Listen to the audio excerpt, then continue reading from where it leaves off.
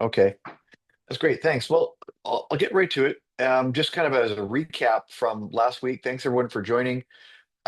So let me just make sure I've got my screen share here, as always. Okay, so let me just start with that one. So for those of you that are joining for the first time, okay, so we're talking about the seven fundamentals that Hector Lamarck made, basically the foundation of one of the biggest hierarchies in the company. And the seven fundamentals are prospecting, setting appointments, mastering the presentation, mastering the products, overcoming objections, mastering recruiting, and mastering field training. So, in the last 3 or 4 sessions, we've covered prospecting and setting appointments. We started with covering with the presentation. So, for those of you that are on for the first time, the reason why I started with the presentation is I think you have to fall in love with the presentation. You have to be excited about it. It has to be simple and duplicatable. And the bottom line is to get results with it, which is asking the client if they want to sit down, do a financial needs analysis, and then get a commitment for the carryback. Okay. Mastering the products is part of what I'm going to talk about today. But more importantly, when the overcoming objections, what I found as Canadians, we obviously take things a little bit more, let's say, politely in Canada, and we don't often close or handle objections or fight with a person on why they don't want to do it, why they don't want to do it. We created a series of questions that allows the client to want to be our client. And then what's most importantly is to duplicate that process. So in the Primerica model, we want to be able to train new people in the business that maybe have never been in sales or want to be in sales. And yet, how do we train them to feel confident in doing what they're excited about, which is showing the rule of 72, buy term investment difference, all that, but then getting results with that, not just for the advisor, but for the client. The client needs what we do very badly, but if they're confused or a little complicated, they might say, well, maybe not right now, and but so we're working on trying to compel each advisor to get good at the presentation. So today, and of course, if you need those things, you can get Team Canada Pro, Password Success, and then go into resources, breakout, and you go through the ones you want to look at. So this is Hector Lamarck on the left-hand side. Most of you know who Hector is. And this is the original Tom Hopkins book on how to master the art of selling. And of course, you can tell that Tommy looks pretty young there. He's been retired for many years. I think he's in his mid 70s now. But this is the book that we read, that we bought, and then we went to Tom Hopkins seminars in Alberta, in BC, everywhere we could go. Because as Canadians, when we were full time in the early days, what Hector brought to us was the fact we're full time. We had to make a living, and we had to learn how to be a professional closer. Okay. But here's the interesting story about Hector and Tom. Okay.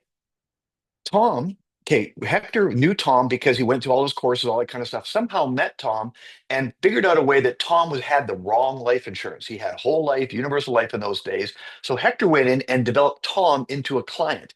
When Tom became an A.L. Williams Primerica client, buying term and investing the difference, Tom Hopkins he stopped teaching insurance companies and banks and brokers his how to master the art of selling. He refused to do it because he recognized they were selling the wrong thing. So he now became an A.L. Williams Primerica client and then devoted all we were the only financial services company that he taught his concepts to, other than real estate and a few other things like that. Okay. So again, Tom is a committed client. He's a committed crusader. He loves us, and it's all because of Hector Lamarck. But more important than just learning how to close, you need how to be duplicatable and train others to be as good as you are. That's the difference between a pro and a master. A pro masters the fundamentals, can close, can set an appointment with almost anybody, can close, can develop great clients. But can you teach those skills to other people to be as good as you are? So this is what I'm going to cover today. Okay, this is just my way of doing the F&A carryback. And again, um, uh, Gene, can you see my screen that says print options? Yes. Okay, Gord, you can see it. Okay, good. So this is one of the things that there's so many different ways to do the F&A. I see that on Success Alliance. I see it with even my own hierarchy, and I look at how complex the F&A carryback is. It works. People are excited about it, but again, if you want to duplicate yourself, it has to be simplistic, especially in today's rush environment where you're doing a Zoom call with clients, you got a million things going on, or you should be able to so the key thing is when you gather the F&A information from the client, the most important thing you've got to do next is you got to prepare. Okay. So how to prepare is when I click just to make it really simple, I click basic F&A. And again, everyone's different, and your clients, the client you're seeing will dictate how you do this. But let's say I'm just getting started. I just got my license, I've mastered the presentation, I'm ready to go and see my first few clients and do my first insurance uh, carry back with friends of mine or family of mine. Okay, so here's what I do. I go look down here real quick, and I actually unclick Blueprint. And this is just me because I find that what happens is if I go on something too much and it's colorful and all that, the clients are drawn into it, but there's too much words going on. Or if you skip it, they think, oh, you're not showing me everything. So I try and keep it as absolutely simple as possible. So the basic F&A, I unclick Blueprint for Financial Security.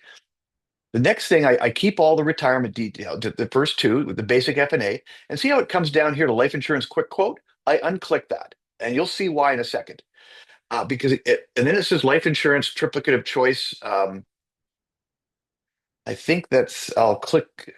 This is where I kind of click that, but I got to check that again. I got to redo some of this. But my point is that theory decreased responsibility. I don't need that because it's already built into the presentation. So I kind of unclick that and I unclick benefits of Primerica's life programs, building your financial program. You see how simple I'm making this? And again, an income. I'm not trying to recruit the client. I may be interested in recruiting them, but if I'm brand new, I have to focus on one thing. And to me, if I'm scared about this, I'm going to the client, I have to offer them insurance. Maybe they don't have it. Maybe I have to replace it, which is easier.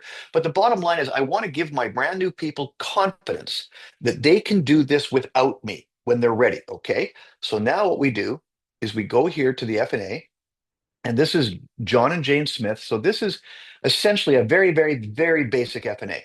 So this is how I would start. If I was to go to John and Jane, I'm in their home again now, and I say, "Hey guys, thanks for inviting me back. You know, whatever. We're on Zoom. We're in their home. Whatever you set up." I said, "Hey, do you have any questions from the last time we were to get together?" The first thing I do is ask if they have any questions. 90% of the time, it's no. Okay, but I think it's a polite way to say, "I just want to dive in. I want to ask them questions." Okay, they say no. And I says, okay, well, the first thing we should do is let's review what it is we talked about last time, the information we gathered. So I go all the way down to the input sheet. This is my style, okay? And I'll tell you why, because I learned, again, this from Hopkins and everybody. I learned the triplicate of choice from Hopkins, but when it goes in here, here's the data I entered. So John and Jane, I just want to double check your birth dates are okay. Okay, it's a little hidden here, but basically John and Jane's 30 and 29, male and female. Their incomes, I know what they are. They're making about 5 grand a month each, they're paying $1,000 a month in income tax. Just really, really simple stuff I did for this F&A for this purpose, right? Tax refund, just very basic stuff. And then one of the main things I do when I fill out the F&A with the client in the issue, I oftentimes don't start off with the details on their social insurance number and their date of birth. I ask them, I says, in order to complete the financial needs analysis, John and Jane, may I ask you a question?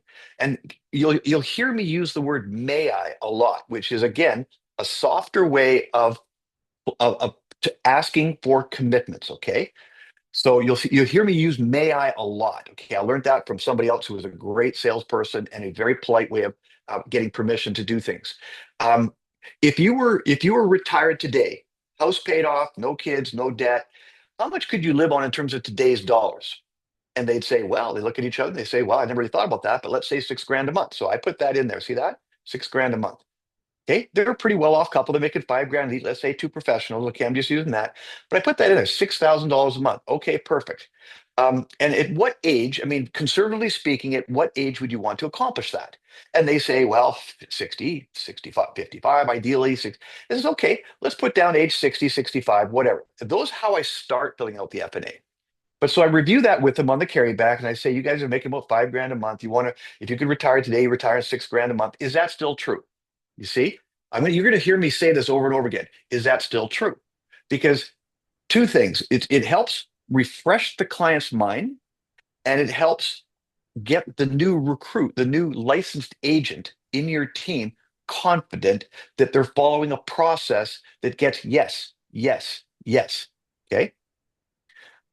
And then I kind of skip down and I say, right now you got about a grand. You just bought yourself a condo, so you don't have a lot of money saved. You got about a grand a month, a grand saved in your RSPs, TFSAs, whatever. But you're currently saving about 250 a month each. Good for you guys. That's still true, right? Yep. Okay.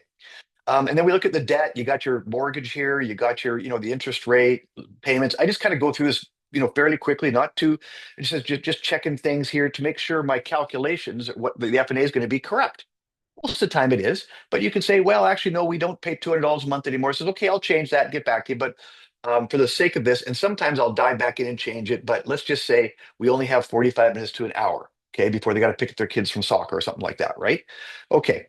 So um, you're currently got a you got mortgage and life insurance right now for $750, $750,000, and you're paying $80 a month each. That's still true, right? Yeah. Okay. Um, and Jane, you said if something happened to John, God forbid, if he passed away, you'd need about $5,000 a month coming in to keep things going the way they are now. Is that still true? Jane says yes. Okay, John, same question. Yep, same for me. So I'm reviewing what they told me on the FNA, and I keep asking them, is that still true? Okay, just a little tips, little tiny little closing lines. You also said that if I could put a plan together for you that helped you get out of debt sooner, got the right kind of insurance protection on you and your family, got a better rate of return on your investments so you could retire on time or earlier, and it fit into this budget. It fit into what you're spending now. You said your monthly commitment was about $300 a month extra what you're spending now. And if I could do all that and it fit into the budget, you said you'd have no problem doing business with me and my company. Is that still true? There's a really big one, you guys. So recommitting and review, recommit, ask questions. Now the clients are refreshed. Their brains aren't scattered all over the place thinking about their kids or what they're cooking for dinner, whatever. Now they get, yes, this is true. And yes, we have recommitted. I asked that question before I leave the house or the Zoom the first time. I recommit them again. Okay. And the reason why I want to do that is because it makes the actual closing process much simpler. They committed. And I know through my preparation that I can deliver exactly what I said to the client. Okay, so now I just want to show you one other thing. I don't show this to the client, but I just want to make one other adjustment in the FNA. You see how normally it's 8% and 4% in the aggressive return here, you guys? I make 9 and 6. I think that's more reasonable. I got my mom 6 to 10% in her 70s and 80s on a conservative investment. So I think this is very conservative. 8 and 4, I think is way too conservative. So that's just what I do, how I change my FNA. Okay, that's up to you. So now we want to go, okay, now to the now here's now so now I've reviewed and I've got a commitment. I know they're going to do business with me if I can do a good job, and I know I can. So the first thing I want to do, John and Jane, is remember when you said here that you wanted to have $6,000 a month coming in terms of today's dollars. If you could retire today, no kids, no debts, house paid off. Is that right? Remember that? Yes. Okay. Well, right now we know inflation's fairly high, but it usually averages about 3%. And you remember the rule of 72? Interest rate goes into the rule of 72, tells you how long money is to double. It works with the same with inflation. 72 divided by 3% inflation, that means your cost of living, all of our cost of living in Canada, is going to double every 24 years. So that's why by the time you guys get out to age 65, which is a little more, which is about 35 years from now, you're going to need $16,900 a month, not to get ahead, to give you the same buying power that $6,000 does today. Doesn't that blow your mind? Of course, they're going, yeah, I mean, that blows everyone's mind. And this is where that sets up FOMO, fear of missing out. Holy smokes, we're never going to get there. What the heck? This is scary. So you created almost a sense of fear, a sense of, oh my God, now what do we do? The reason why I like that is because now your job as an advisor is to create hope. And here's how we do it. So so how do we get a $16,900 a month income at your age 65 starting from today? Well, first of all, you're going to need somewhere between 2.7 and $4 million waiting for you at retirement. Now, doesn't that sound scary? It does, doesn't it? But let me show you something. Let's say that right now you're saving your money in the bank. Okay, GICs, term deposits, which you kind of are now with your investments. You're averaging about 4% because I analyze them for you. Okay, so if that's all the rate of return you get on your savings, you're going to have to start saving $4,713 a month to hit that goal. That's impossible for almost anybody in Canada. Would you guys agree? But let me show you something else. What if you could get a 6% conservative rate of return? You guys are too young to be conservative. This is kind of stuff I give to my mom, who's a client of mine, right? She's conservative. She's in her 60s, 70s, 80s. My mom's passed by now, but if I was in the field, I'd be saying this. So now the amount of money you have to save to reach your goal at 65 is $2,393 a month. Still a lot of money, but it's a lot less than that. Would you guys agree? But now let's say we transfer your assets and your savings into a growth mutual fund, not an aggressive growth mutual fund, just a growth mutual fund, okay? That averages 9% and 6% when you're in retirement. Now all you got to save is $923 a month to reach that goal. Does that feel better, everybody? Because you're already saving, $600, $500 a month right now, right? So you're not too far off of hitting the goal based on what you're doing today. Isn't that exciting? Another tip for you, if you put your $500 a month into an RSP, now Sue knows what they're doing, but let's say you should get a 30% tax refund on that $500 a month. That's another $150 a month. That's $650 a month that you could put towards that retirement. We could talk about that later. In fact, I'm going to cover how to get those rates of return, how to get your savings plan set up, how to transfer money from your bank account 4% to something better. I'll cover that on our next appointment. Okay. Does that sound fair? Just to not get too complicated and go over time. Does that sound fair, you guys? I'll cover that. Any questions so far? And so I would ask them if they had any questions at that point, because I've talked a lot. I need to take a breath. I'm nervous. My gut's going all over the place. I'm anxious, right? I'm hoping this is helping them. They're going, nope, Barry, that sounds good. That's exciting. Okay, we get that. Okay, now let's move on to the next thing. Okay, let me show you how you can even achieve that even quicker. Okay, I'm just going to skip that slide. I shouldn't have it in there. I think that slide's a little too much. But anyway, here's what I do. Now let's talk about debt. You have your car loan, $15,000 car loan. You're making $500 a month payments on that. You got a line of credit, 25 grand, $250 a month paying that. Your mortgage is 750,000. You're paying $2,500 a month on that. You pay an extra $300 a month because you do it, whatever. And you got a student loan because but let's say they're both professionals. They're trying to pay off the student loan. Now, again, this is kind of a complex debt scenario, but nevertheless, that's what I'm going to use. Okay. So right now you're making about $4,550 worth of payments, and if you pay out the way, if you got too much revolving debt, it would take you into the year 2106 to pay all that off if you do it the wrong way. That's not going to happen to you guys, but you can see how long the banks want to keep you in debt. Does that make sense? Unfortunately, right now it says here that you're slightly in the high range in debt, but that's okay. You just got to, you got your school going, you got good incomes, you're gonna get it paid down here. But now let me show you what the FNA has designed for you to get out of debt sooner. It actually says you can be out of debt by age 58, 57, 28 years and 5 months. Well, it's ridiculous to be that, but doing it the exact same way. So let me show you how you could get out of debt that much sooner. Is what's called debt stacking, like we talked about the FNA. Instead of paying all that extra money towards your mortgage right now, pay off that car loan first. See that? You put all that money on the car loan, that's paid off, right? Then you take all the money that you were spending on the car loan, put that on your line of credit next, then your student loan, then your mortgage. The FNA, I don't know exactly how it works, but it looks for the easiest debt to pay off first. A lot of my clients print this page. I'll send this to you in an email. You can print it. Some of them just put that on their refrigerator so they can say, okay, let's put all the money towards the car loan. When we pay that off, that's a win. We're excited. Take the money, put it on the next debt. That's a win. We're excited. And all of a sudden you got all this money going on your mortgage, and now you pay the mortgage off. By the time you're 58 years old, you're debt free.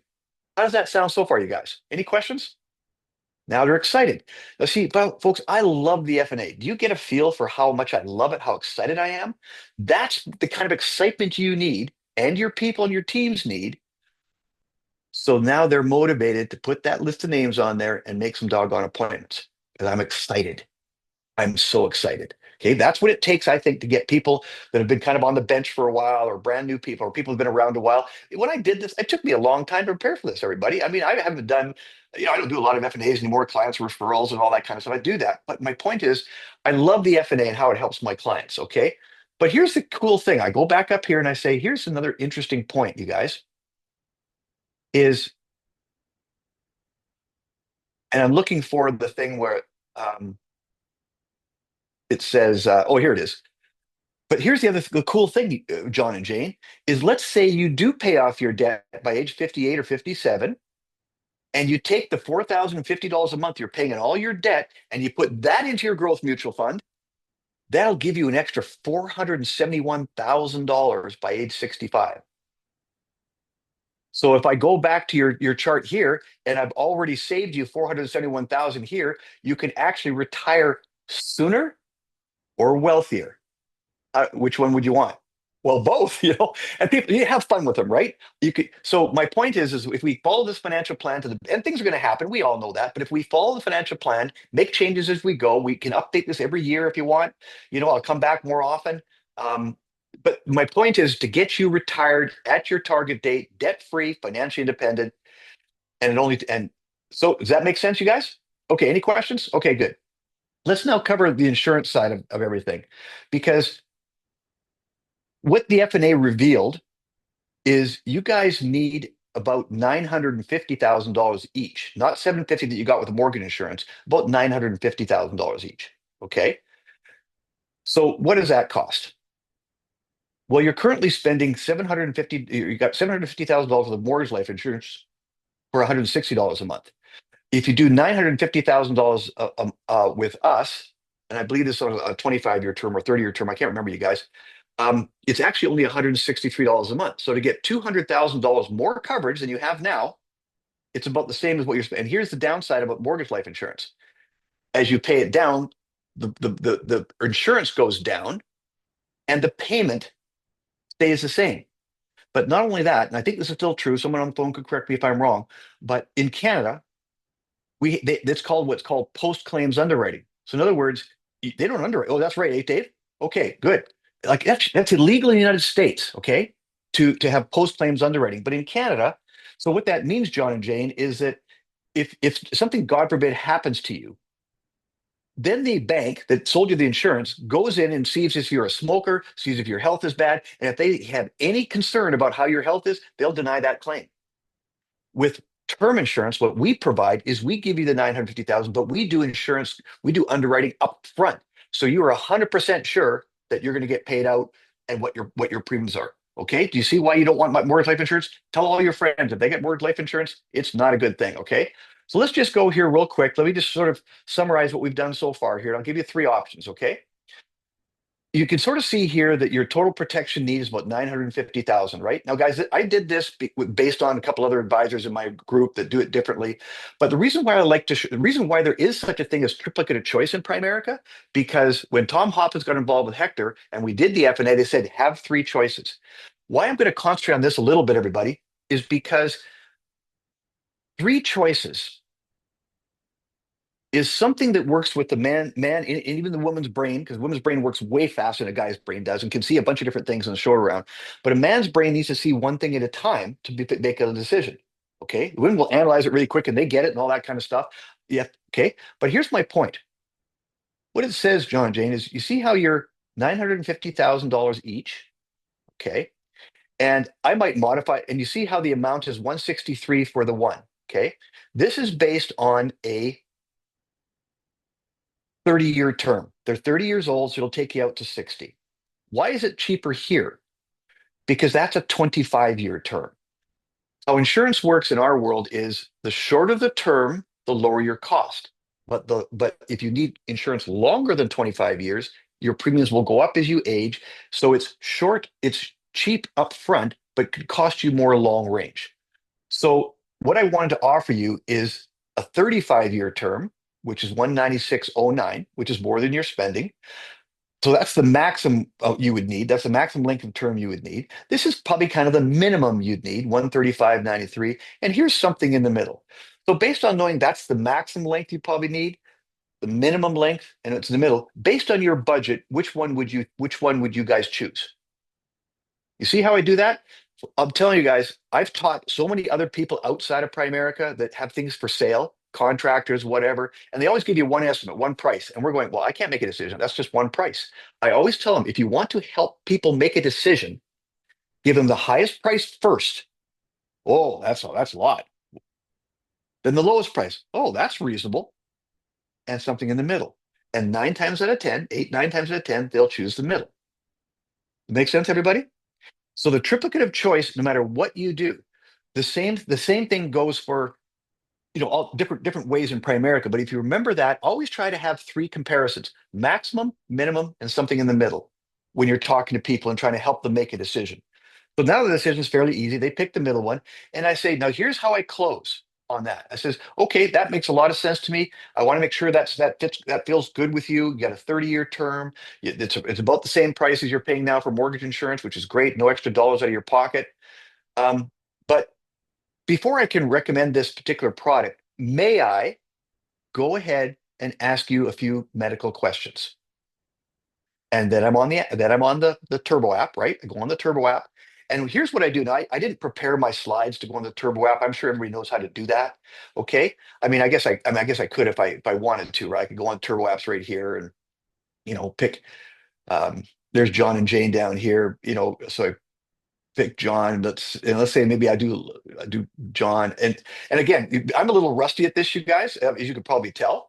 But if I want to do a life policy, then I'd probably do that and get on there. So then it's going to close me out. But my point is, you don't need. You guys know how to do that, and then you get really good at it. But here's another tip for everybody that are brand new in the business: is when you ask, "May I go ahead and ask you medical questions?" What that does is it takes you from presenting to closing. I learned that from Tom Hopkins over the years because we had paper apps in those days. And he said once he got down, it says, "May I go? May Okay, so now we've got that. We go ahead and ask you quick." And all of a sudden, he put pen to paper, and he always taught that once you present and they make a decision, now you close. Close for the insurance, close for the investment. We're closing for the insurance today. Okay, so you go on the Turbo app, and here's another tip for people, especially if you're a guy like me. And what I say when you get to, okay, gentlemen, when you go ahead and get on the Turbo app and you start getting them going, and then you have to ask the wife's or the woman's height and weight. That's the scariest thing I have to ask just about. Okay, right? And I say, in the old days on a paper app, I'd go, okay, look at, here's where Gene, how tall are you? How much do you weigh? And let's say Gene, your wife's name is Jane, and I say, Jane, you can put your height, weight down here. Don't worry, I won't look at it. I mean, I did all kinds of dumb stuff like that because I was so nervous about turning somebody off, right? But here's another quick tip for everybody: said if I'm sitting in front of them, I've done this before. I've done this lots of times before. I've done this in front of them. I've done this on Zoom for my nieces and nephews. Okay, and I give them control of the Zoom, and I say, you guys go ahead and fill out the rest, and I walk them through it. Then the woman, who usually always does the type because they can type fast and they go like crazy and they get it and their brain goes faster than I can talk and whatever. They put in their own height and weight. That's okay. That's cool. That's fine, right? But you see how that takes the pressure off a man trying to ask that question? The other tough question I ask people is I say, you guys, here's the second toughest question I have to ask you. If anything were happen to one of your children, God forbid, this is the toughest question I have to ask in my world, is would you take some time off work? Probably, right? So would you need 10 or 15 or $20,000 of insurance money coming into you? Here's what I say. I don't say life insurance. One of the greatest things Tom Hopkins told us was nasty words. Don't say sign, say autograph, authorize. Um, don't say sign. Don't say I don't say life insurance. I say insurance money. Nobody wants to pay for car insurance, life insurance, house insurance, but they love to receive insurance money if they have a house fire, car accident, or a death claim. So tell your people to start using the word insurance money. Okay. So now we've got insurance. So how much insurance money would you need coming in to give you the peace of mind to know that you can take care of the final, take time off work, whatever you need. And they say, well, Barry, 10,000, 15,000, 20,000. That's fine. And this covers both your kids. And I'm sorry I have to ask that, but I just want to make sure if that happens to any one of my clients, I want to make sure that they're protected. Does that make sense, you guys? Okay, good. So now we go through that. We get the all the information from the thing. And then I say to them, and I get their banking information. And what I say this is before I close the banking information, I say, okay, for the $160 a month, what we're going to do this because now this is a choice you guys have, but this is what I'm finding is working more in Western Canada than it was in the early days. In the early days, people had whole life insurance and we wanted to replace it. And it was also big to kind of get premiums going and bonuses and all that. But I'm finding that as a patient advisor, here's an option for most people today. I find is working in one of my top branches in Saskatchewan. Okay, this is what they do. If the people already have life insurance, group insurance, mortgage insurance, or life insurance, something else, they do a COD app.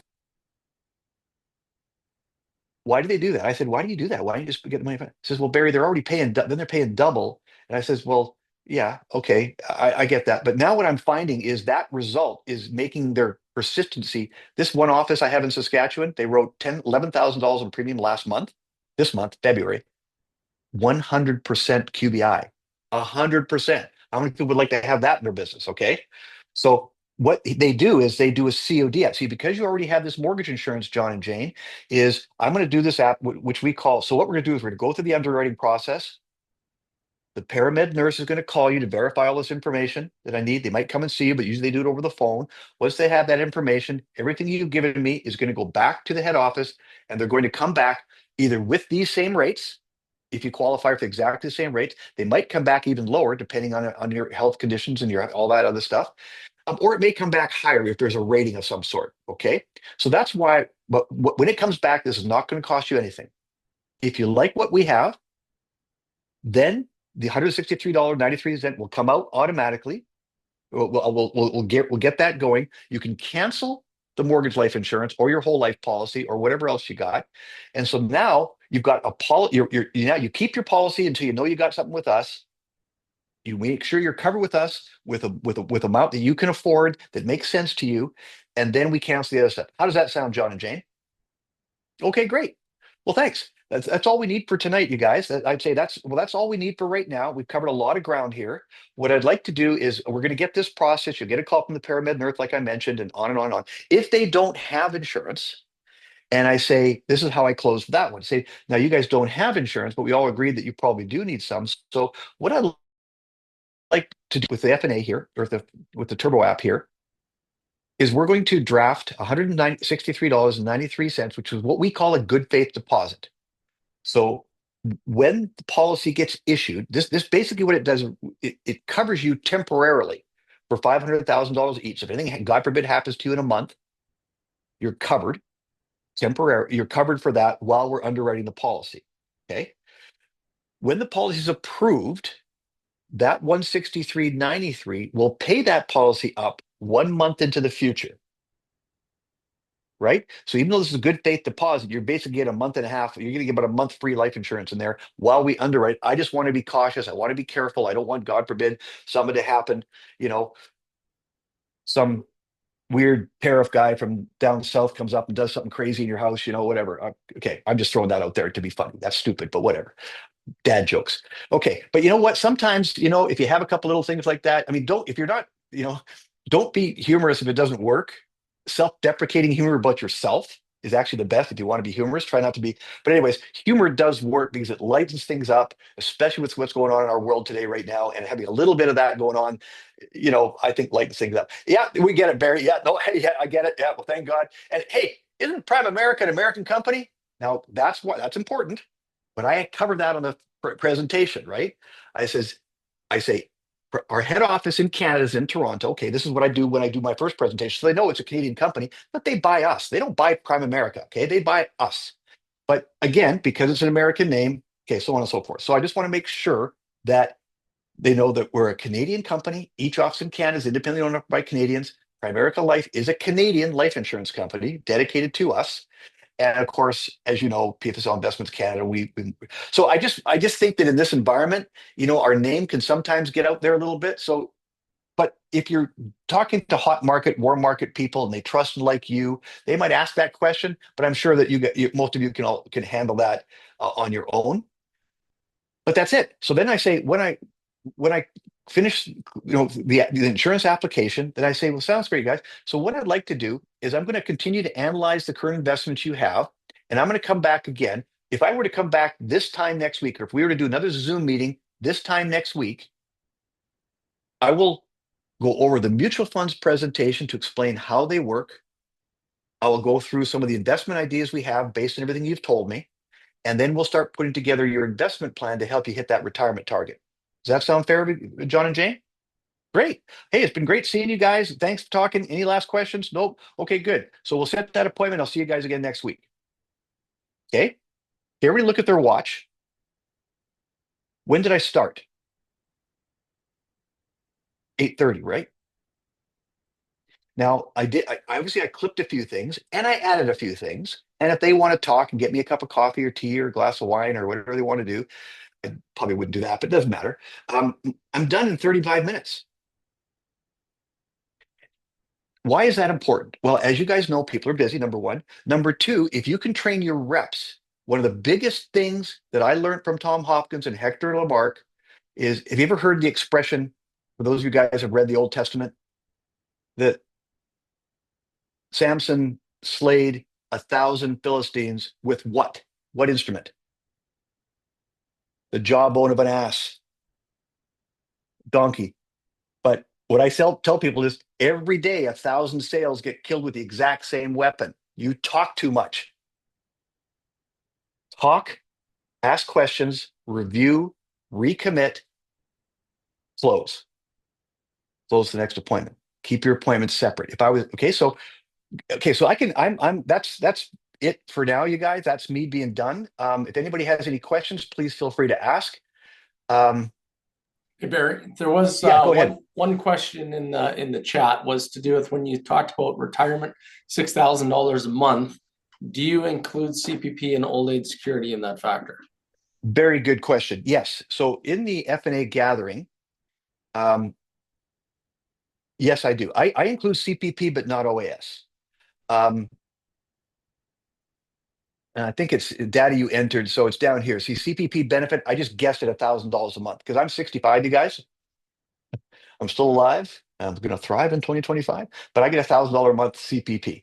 I don't need it. I don't care. It goes into my TFSA, right? Wherever, it doesn't matter, you know. But yes, I do include it. So the answer is yes. I do not include OAS. Why? Because I don't want any of my clients to qualify for OAS. If they qualify for OAS, I've done a crappy job because it's clawback, right? If you're making enough money. Good question, Gene. Anything else?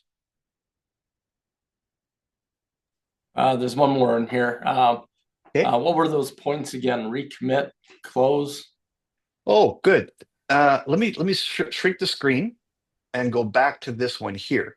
So this is my same PowerPoint I've been using for how to do the 6-page presentation, how to close for field training. I use the same thing for everything. Okay, that again keeps it simple. So let's go here. This is my recruiting thing I did last week. Okay, so let me go there here. Becoming a pro at closing. So number one is prepare. I think the number one thing that, because I mean, everybody has a little bit of anxiety, especially if you're new and you haven't done this in a while. You might think to yourself, oh, all of a sudden I'm so busy, got all this stuff going on. Oh my God, I've got to see John and Jane tonight, which I got to close. I got to do it right. Am I ready? So my goal for most of my advisors for years, and when I built a base shop, I said the first thing we do when we get up in the morning, well, is you prepare. Or you might, some of you, if you let's say you've done the appointment at 4 o'clock in the afternoon, then prepare already. So now the carryback's ready already. Don't wait till the last minute to prepare.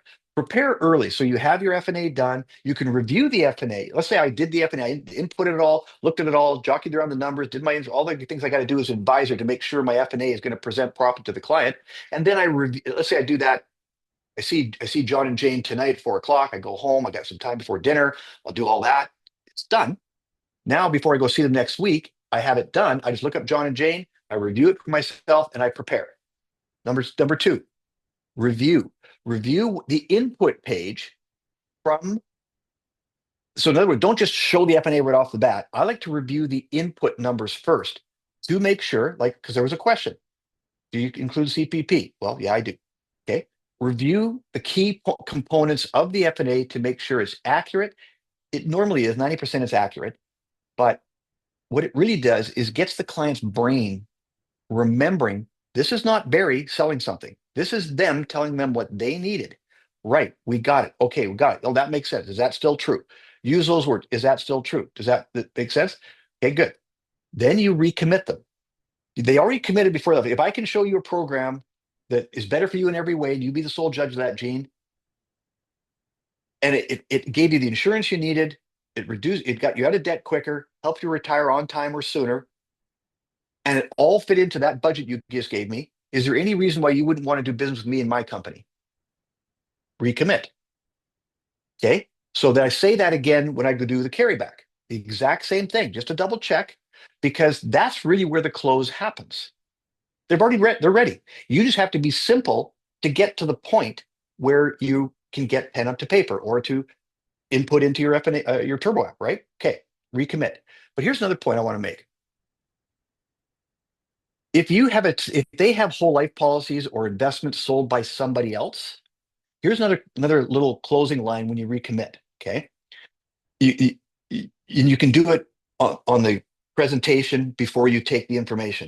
It says, yeah, the only reason, Gene, the only reason most people don't do business with us, I say us, not me, I say us, is if the people that sold you this insurance or these investments are a personal family friend or a family member or friend. Is that true here? Nope, nope. If it is, now you can address that up front. Okay, that's where I learned how to handle areas of concern. But if there's no area of concern, I didn't say objection, I said area of concern. The concern is, yeah, actually this guy, but how did I get in the home the first time?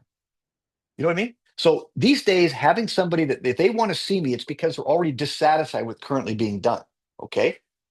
But don't forget, this same presentation is used if I'm field training. If I'm field training David, okay, and I'm going to see David's friends and John and Jane, I would say, I would use it a little differently. I would say, any questions from last time we were back? Okay, so David and I prepared this for you. Just want to double check. Is there anything?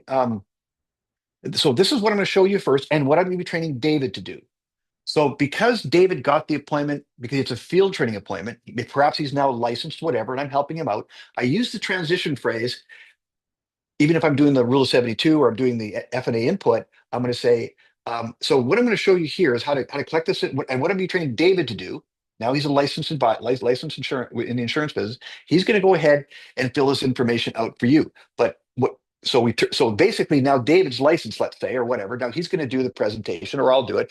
But I just say, because I got David with me, and everybody's okay with that, they're excited about what we're doing. They're so glad David introduced them to me. But David's going to be their advisor. So, and what David's going to do, so that's just to give you some more transition phrases. And then I say, sorry, I'm going way over the question, Gene. I apologize. Present the basic F&A, keep it super simple. Okay. You can do a more complex one later. I'm not saying you can't.